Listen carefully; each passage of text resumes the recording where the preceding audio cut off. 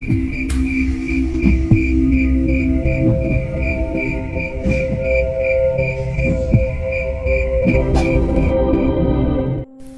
turun gerimis ketika mobil tua warna biru pudar berhenti di depan rumah Joglo yang berdiri setengah terbengkalai di ujung desa Wonosari. Catnya terkelupas, jendelanya tertutup debu, dan halaman depannya dipenuhi rumput liar yang sudah setinggi lutut. Di balik pagar besi berkarat, tampak papan nama yang sudah nyaris copot. Tertulis samar, keluarga Ratmi dan Karso. Saras turun dari mobil sambil menghela nafas. Usianya 24, namun wajahnya tampak lebih tua dari umumnya, pucat, lelah, dan menyimpan kesedihan yang belum selesai. Ia baru saja menguburkan ibunya, Bu Ratmi, 3 hari lalu, meninggal mendadak. Tubuhnya ditemukan di kamar dengan luka seperti cakaran di leher dan dada. Polisi menyebutnya sebagai kecelakaan akibat binatang buas. Namun Saras tahu ibunya tidak memelihara apapun di rumah ini. Ia melangkah masuk. Dari pintu kayu tua menyambutnya seperti lenguhan dari masa lalu. Bau apak langsung menyergap hidungnya, bercampur aroma kapur barus dan debu yang mengendap bertahun-tahun. Rumah ini belum pernah ditinggali sejak kau kuliah. Suara berat itu menyambut dari dalam. Saras menoleh. Di ambang pintu dapur berdiri seorang pria tua dengan sorot mata tajam dan alis tebal, Pak Gino, adik tiri ibunya. Satu-satunya keluarga yang masih tinggal di desa. Wajahnya keras seperti ukiran kayu, dan bibirnya selalu tampak mengejek. Iya, jawab Saras pendek. Ibu nggak pernah ngajak saya pulang sejak ayah meninggal. Pak Gino hanya mendengus. Ia tak menawarkan teh atau obrolan hangat, hanya berjalan menuju kursi reot di ruang tamu dan menyalakan rokok kretek. Saras melangkah ke kamarnya sendiri. Ruangan yang nyaris tak berubah. Poster-poster masa SMA-nya masih tertempel. Hanya saja kini warnanya sudah memudar. Sore itu Saras berjalan keliling desa. Ia butuh udara segar, namun langkahnya terhenti ketika melihat 2 ibu-ibu yang sedang menyapu halaman tiba-tiba berhenti bicara saat melihatnya. Tatapan mereka seperti menyimpan takut dan kasihan dalam satu waktu. Itu Saras, anaknya Bu Ratmi ya? Bisik salah satu dari mereka ketika ia berjalan menjauh. Katanya udah 7 turunan, tinggal dia sendiri sekarang, turunan terakhir. Iya, calon tumbal terakhir katanya. Saras berhenti menoleh tajam, tapi 2 ibu-ibu itu buru-buru pura-pura sibuk. Ia tidak berkata apa-apa, hanya melanjutkan langkahnya. Tapi di dadanya mulai tumbuh rasa tak nyaman. Malamnya, suasana rumah makin mencekam. Angin malam menampar jendela. Jam tua di ruang tengah berdetak pelan, tapi terasa seperti palu yang memukul waktu. Saat pukul menunjukkan tengah malam, Saras terbangun oleh suara cekikikan, suara perempuan, pelan, melengking, seperti dari ruang lain. Ia duduk di ranjang, menahan nafas. Suara itu datang dari arah dapur, tapi dapur itu dikunci. Ibunya selalu melarangnya masuk ke sana sejak kecil. Dan kini suara cekikikan itu makin jelas, diikuti oleh suara krak, krak, seperti kuku menggores kayu. Saras berjalan perlahan. Lantai kayu di bawah kakinya berderit. Lampu ruang tengah bergedip pelan. Ia menahan nafas di depan pintu dapur yang tertutup. Tangannya menyentuh gagang pintu. Terkunci. Tapi suara dari dalam masih terdengar. Dia mundur perlahan. Jantungnya berdetak makin keras. Ia kembali ke kamar, mencoba menenangkan diri. Namun malam itu, ia tidak bisa tidur. Keesokan paginya, ia memutuskan membersihkan kamar ibunya. Dalam laci tua yang terkunci, ia menemukan sebuah kunci besi tua dengan bentuk aneh, seperti ukiran ular melingkar dengan simbol di tengahnya. Ada getaran aneh di tangannya ketika menyentuhnya. Kunci itu terasa berat, bukan secara fisik, tapi seolah menyimpan sesuatu. Dan entah kenapa, Saras merasa kunci itu cocok dengan pintu dapur tua yang selama ini terkunci. Ia memandang kunci itu lama, lalu tanpa berkata apa-apa, ia meletakkannya di meja. Dan malam pun turun lagi, membawa bisikan yang lebih panjang dari malam sebelumnya. Angin dini hari menyelinap masuk lewat celah jendela kamar. Saras belum tidur. Matanya memandangi kunci tua di atas meja. Kunci itu seperti bernafas pelan, seolah mengundang atau memperingatkan. Setelah mengumpulkan keberanian, Saras menggenggamnya. Dingin, berat, tapi telapak tangannya seolah menyatu dengan logam itu. Dengan langkah pelan, ia menyusuri lorong menuju dapur tua yang selama ini terkunci. Setiap papan lantai berderit seperti menjeritkan penolakan. Saat ia sampai di depan pintu dapur, udara di sekitarnya berubah, lebih dingin, lebih pekat. Tangannya gemetar saat memasukkan kunci ke lubang tua yang berkarat. Klek, kunci itu pas berputar dengan mudah, seolah sudah menunggu bertahun-tahun untuk digunakan. Pintu kayu terbuka perlahan dengan suara berderit panjang. Dapur itu gelap dan hening, bau anyir langsung menyeruak. Bukan hanya aroma benda basi atau jamur, ini bau darah. Saras menutup hidungnya, menahan rasa mual yang naik dari perut. Cahaya lampu dari lorong tak banyak membantu, tapi cukup untuk memperlihatkan sebuah bak kayu besar di tengah ruangan. Tua, retak, malah seperti peti bukan bak, dan berlumuran noda merah kehitaman di sisinya. Saras menelan ludah. Jantungnya berdetak semakin cepat. Ia melangkah mendekat. Setiap langkahnya terasa berat, seakan lantai menolaknya. Tangannya perlahan menyentuh pinggiran bak, lebab, lengket. Bau amis menyeruak lebih kuat. Dengan nafas tertahan, ia mengintip ke dalam. Ada rambut, panjang, putih keperakan, mengambang seperti benang kusut. Namun yang membuatnya ingin berteriak bukan itu, melainkan perasaan diawasi. Seperti ada mata dari balik dinding yang memperhatikannya, atau dari langit-langit, atau dari bawah lantai. Ia mundur perlahan, tak sanggup menatap isi bak lebih lama. Tiba-tiba, lampu lorong padam. "Siapa?" bisik Sarah lirih, menyentuh saklar dengan tangan gemetar. Lampu kembali menyala, tapi sekejap sebelum itu, di sudut matanya, ia sempat melihat bayangan perempuan berdiri di balik pintu. Rambutnya putih panjang, menyentuh lantai. Tubuhnya samar seperti asap, namun matanya merah, menatap langsung ke arah Saras. Saat lampu menyala penuh, sosok itu lenyap. Saras terdiam di ambang pintu. Keringat dingin mengalir di pelipisnya. Hari-hari berikutnya, gangguan mulai muncul. Malam hari, suara langkah kaki berjalan pelan di lorong. Kadang berhenti tepat di depan kamarnya. Kadang terdengar seperti memanjat plafon. Dan selalu, lampu mati sendiri pada pukul 2:13 tepat setiap malam. Pagi harinya, seekor burung gagak selalu hinggap di luar jendela dapur, menatap ke dalam ruangan, diam, tidak bersuara. Tapi kehadirannya membuat bulu kuduk Saras meremang. Gagak itu menatap seperti mengenali isi rumah atau penghuninya. Suatu pagi, ketika sedang membersihkan rak tua di ruang baca ibunya, Saras menemukan sebuah buku tua yang dibungkus kain putih dan diselipkan di antara tumpukan buku resep. Kulitnya dari kulit kerbau, sudah rapuh. Di sampulnya tertulis, Diari Nyai Lastri 1894. Itu nama nenek buyut Saras. Saras membuka lembar pertamanya. Hati-hati. Tulisan tangan itu rapi, namun penuh simbol aneh di pinggirannya. Ia membaca, "Perjanjian ini dimulai malam Jumat Kliwon. Aku serahkan tubuhku untuk dirasuki agar anak cucuku tak hidup miskin, agar keturunanku selalu dijaga. Tapi jika ada yang melanggar, maka darah harus dibayar dengan darah."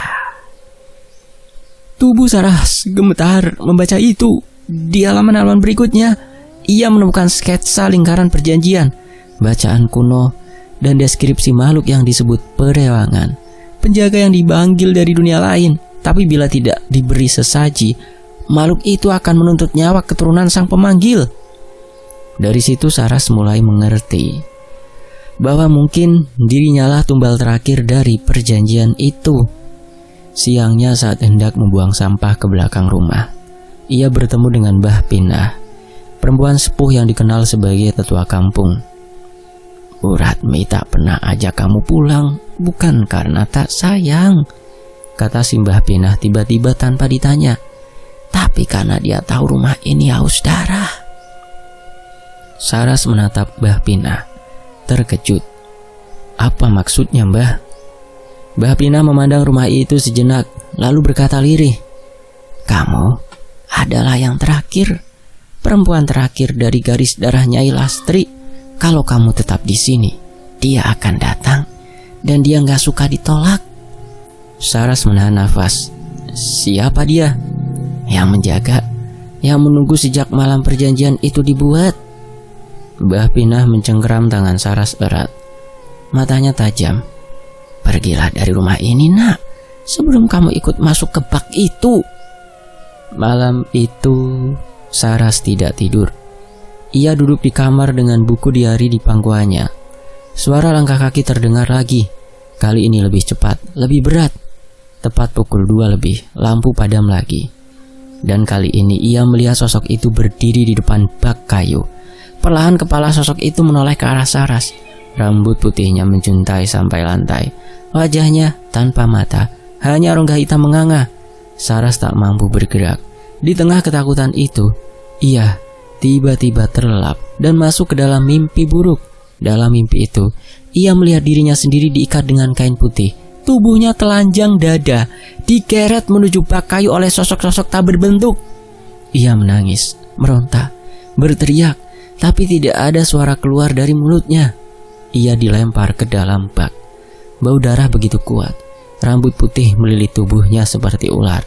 Dari dasar bak, sepasang tangan pucat mencengkram kakinya dan menariknya ke dalam. Saras terbangun dengan teriakan. Tubuhnya basah oleh keringat, dan di ujung tempat tidur, kunci tua itu kembali tergeletak. Padahal tadi, ia simpan di laci yang terkunci. 2 hari setelah malam mengerikan itu, Saras nyaris tidak tidur. Matanya sembab, tubuhnya lelah, tapi pikirannya terus berputar. Semua bermuara pada satu hal. Apa sebenarnya yang diwariskan padanya? Ia kembali membuka diari tua Nyai Lastri. Kini, ia membacanya dengan pandangan berbeda. Setiap huruf, setiap catatan, seperti menjeratnya lebih dalam ke masa lalu.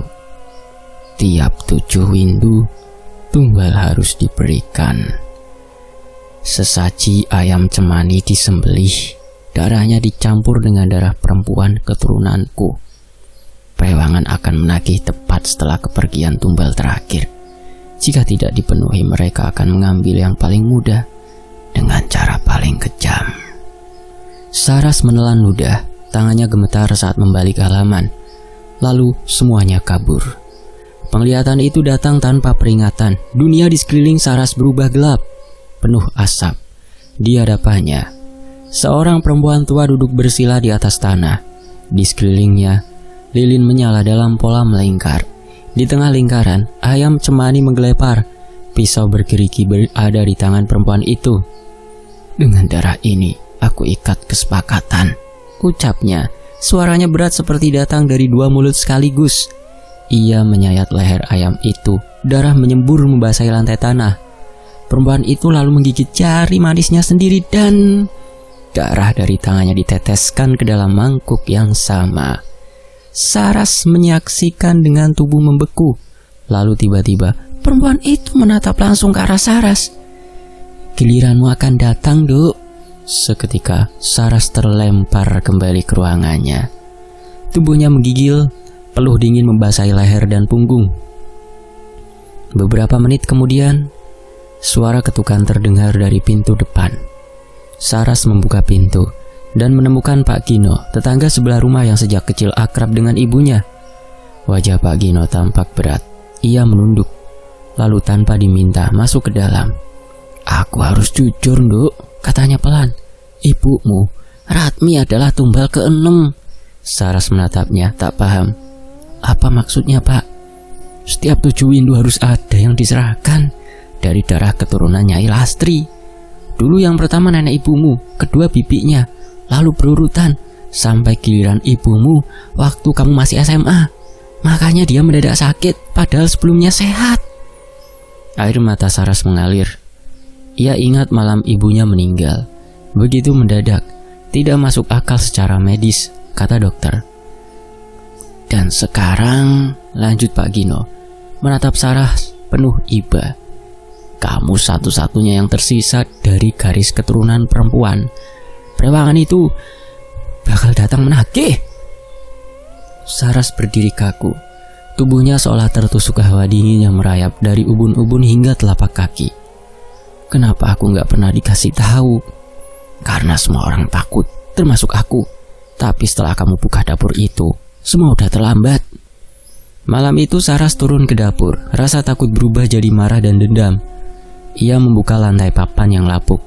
Bagian bawahnya gelap dan berbau tanah lembab. Tapi di situ, di bawahnya, terpahat lingkaran kuno dengan simbol-simbol aneh. Beberapa simbol mirip aksara Jawa, tapi lebih menyerupai bentuk cakar dan mata. Ia mencoba menyiram air, menggosok dengan sabun, mengamplas dengan kertas kasar. Tapi simbol itu tak hilang, malah seperti menyerap air dan membentuk bayangan wajah. Ini bukan ukiran biasa, bisiknya. Ini semacam pintu. Suara krak dari luar dapur membuat Saras melonjak kaget. Ia melirik ke jendela. Seekor gagak menabrak kaca. Darah menempel di kaca. Gagak itu jatuh dan menggeliat, tapi tidak mati. Lalu gagak lain datang, dan satu lagi. Sekawanan gagak mulai berputar-putar di atas atap rumah. Beberapa dari mereka mencakar dinding, jendela, atap, mencari celah untuk masuk. Saras berlari menutup semua jendela. Tapi suara cakar mereka terus terdengar, seperti mereka tahu apa yang harus mereka hancurkan. Saat malam semakin larut, Saras tertidur di depan dapur karena kelelahan. Tapi dalam tidurnya, mimpi buruk datang lagi. Ia berada di tengah lingkaran simbol, telanjang kaki, tangan terikat. Di sekelilingnya makhluk-makhluk tak berkepala, berdiri sambil membawa lilin hitam. Di depan mereka, sesosok perempuan rambut putih dengan mata menyala merah menatapnya tajam. Aku dijanjikan darahmu, Saras, ucapnya. Suaranya terdengar dari seluruh arah. Kamu adalah jembatan terakhir. Tubuhmu, rumahku. Perempuan itu menyentuh dada Saras. Dan seketika, rasa panas luar biasa membakar kulitnya. Saras menjerit. Dan saat ia bangun, dadanya benar-benar terbakar. Luka merah berbentuk simbol lingkaran tertanam di kulitnya, seperti cap besi panas. Ia menatap tangannya gemetar, lalu menatap ke jendela. Seekor gagak berdiri diam di luar, matanya menatap langsung ke arah Saras, penuh niat. Bukan seperti burung, tapi seperti utusan. Langit mendung menggelayut sepanjang sore. Angin terasa berat dan lembab, seperti membawa bisikan dari masa lalu. Saras berdiri di depan sebuah rumah kayu tua yang hampir tertutup semak-semak liar. Disinilah, di ujung dusun terpencil, seorang lelaki tua tinggal dalam kesunyian. Mbah Darto, nama yang hanya dibisikkan orang-orang jika membicarakan hal-hal gaib yang benar-benar gelap. Saras mengetuk pintu dengan ragu. Suara kayu tua berderit disambut aroma dupa dan tembakau kering. Di dalam, Mbah Darto duduk bersila di atas tikar pandan. Tubuhnya kurus, wajahnya dipenuhi keriput seperti kulit pohon jati. Matanya kecil, tapi tajam seperti pisau. Kamu cucunya Lastri ya? Gumamnya sebelum Saras sempat bicara. Saras mengangguk pelan. Mbah Darto menarik nafas panjang, lalu menyalakan sebatang rokok lobot. Aku sudah tahu keturunan Sulastri bakal datang. Perjanjian itu waktunya hampir tiba dan akan habis di masamu sekarang. Aku mau memutusnya, Mbah, kata Saras. Suaranya gemetar, tapi tekadnya bulat. Kalau kamu benar-benar mau, harus siap kehilangan apapun, termasuk darahmu sendiri. Saras menunduk. Ia tahu tak ada jalan mudah. Mbah Darto berdiri perlahan dan mengambil sebilah keris kecil dari dalam peti kayu. Ia juga menyerahkan sebuah kalung dari benang merah dengan liontin dari batu hitam, kasar dan dingin. Ini jimat pelindung, tapi ingat, ini cuma bertahan selama bulan belum mati. Begitu malam benar-benar gelap, makhluk itu akan datang dalam wujud aslinya. Kamu harus siap, karena kalau dia sampai menyentuhmu, jiwamu ditarik sebelum tubuhmu mati. Saras menggenggam jimat itu, rasanya aneh, seperti ada denyut hidup di dalamnya. Dan satu lagi, tambah Badarto menatap Saras penuh beban. Ada 2 cara untuk memutus perjanjian. Pertama, tumbalkan dari darah keluarga sendiri, yaitu kamu. Kedua, bakar tempat ritual asalnya, yang pertama kali dipakai nenek buyutmu. Saras mengangguk. Saya pilih yang kedua. Badarto tak menjawab. Ia hanya menatap jauh ke jendela, ke arah hutan kecil yang memisahkan mereka dari rumah warisan itu. Malam pun datang. Tak ada bintang, tak ada rembulan, hanya keheningan yang terasa seperti bisikan kematian. Saras kembali ke rumah.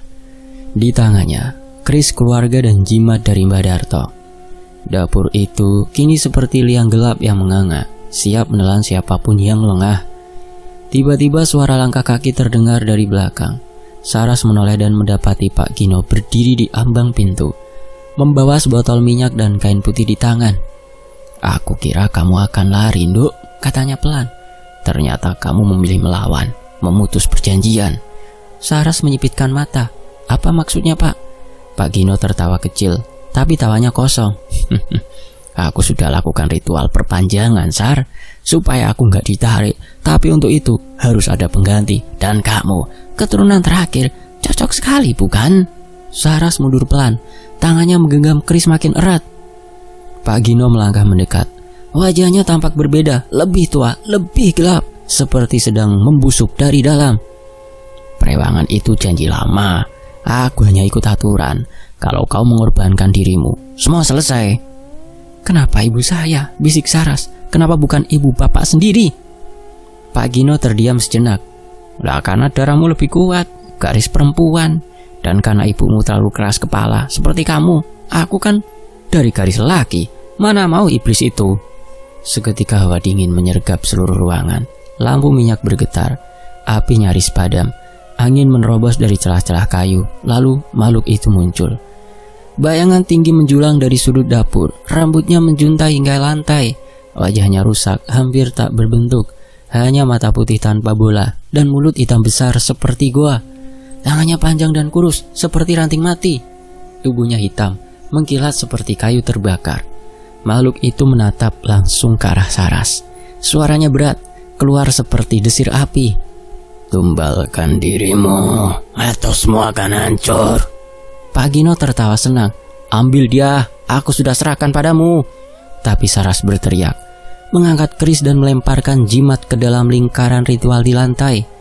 Api kecil menyala tiba-tiba, membentuk garis api yang membatasi makhluk itu. Makhluk itu menggeram, berbalik menyerang, tapi jimat menahannya. Sayangnya perlindungan itu tak bertahan lama. Api padam satu persatu. Perewangan mengayunkan tangannya, menghancurkan rak, meja dan menjatuhkan lampu minyak ke lantai. Api mulai menjalar ke dinding. Pak Gino mencoba menyelinap dan menusuk Saras dari belakang, tapi Saras sempat menangkis. Mereka berkelahi di tengah dapur yang mulai terbakar. Dalam pergulatan, Saras terjatuh dan Pak Gino mengangkat pisau. Kalau kau mati sekarang, semuanya selesai. Dan aku akan menikmati semua kekayaan dari keturunan Balaras, teriaknya. Namun Saras meraih keris pusaka yang jatuh ke lantai. Dalam satu gerakan, ia menusuk perut Pak Gino. Laki-laki tua itu terdiam. Matanya membelalak, tubuhnya kaku, darah mengalir dari mulutnya. Ia ambruk tepat di atas simbol perewangan. Seketika, makhluk itu meraung keras. Tubuhnya menggelepar seperti terbakar dari dalam. Simbol di lantai menyala merah darah. Rumah mulai runtuh. Suara jeritan datang dari dinding-dinding. Wujudnya kini jelas, raksasa hitam legam, bertulang menonjol, kulit seperti arang retak, rambut panjang menjuntai seperti akar kering. Matanya putih seluruhnya tanpa pupil, mulutnya tak memiliki bibir, hanya lubang menganga penuh asap hitam. Tubuhnya nyaris menyentuh langit-langit dan setiap nafasnya mengeluarkan suara tercekik. Tumbal terakhir belum dipenuhi, Saras. Suara itu menyatu dengan udara, menggema seperti ribuan suara perempuan berbisik dalam kesakitan. Saras mundur pelan, tubuhnya bersandar ke dinding. Keris masih dalam genggamannya, tapi ia tahu ini bukan lagi tentang senjata. Dengan ini, aku memutus perjanjian. Dengan bacaan mantra dan doa dengan kekuatan penuh, keris itu diarahkan ke makhluk perewangan tersebut. Perewangan meraung keras, menjerit. Tubuhnya menggeliat dalam amarah, tapi tak bisa menyentuh Saras yang berdiri. Makhluk itu meraung seperti pecahan jiwa yang berkeping-keping keluar dari perut bumi. Tapi Saras tidak goyah. Ia menatap api yang mulai menjilat kakinya, lalu bahunya, hingga seluruh tubuh. Dan sebelum semuanya gelap, senyum ibunya muncul. Sosok itu seakan mengulurkan tangan dari balik asap dan menuntunnya pergi, mengakhiri perjanjian perewangan. Dari kejauhan, Mbah Pina berdiri terpaku di batas hutan. Matanya basah tapi tenang. Perempuan tua itu mengatupkan tangan, berdoa dalam bahasa Jawa. Saras, Duk, awakmu wes nugel perjanjian iki.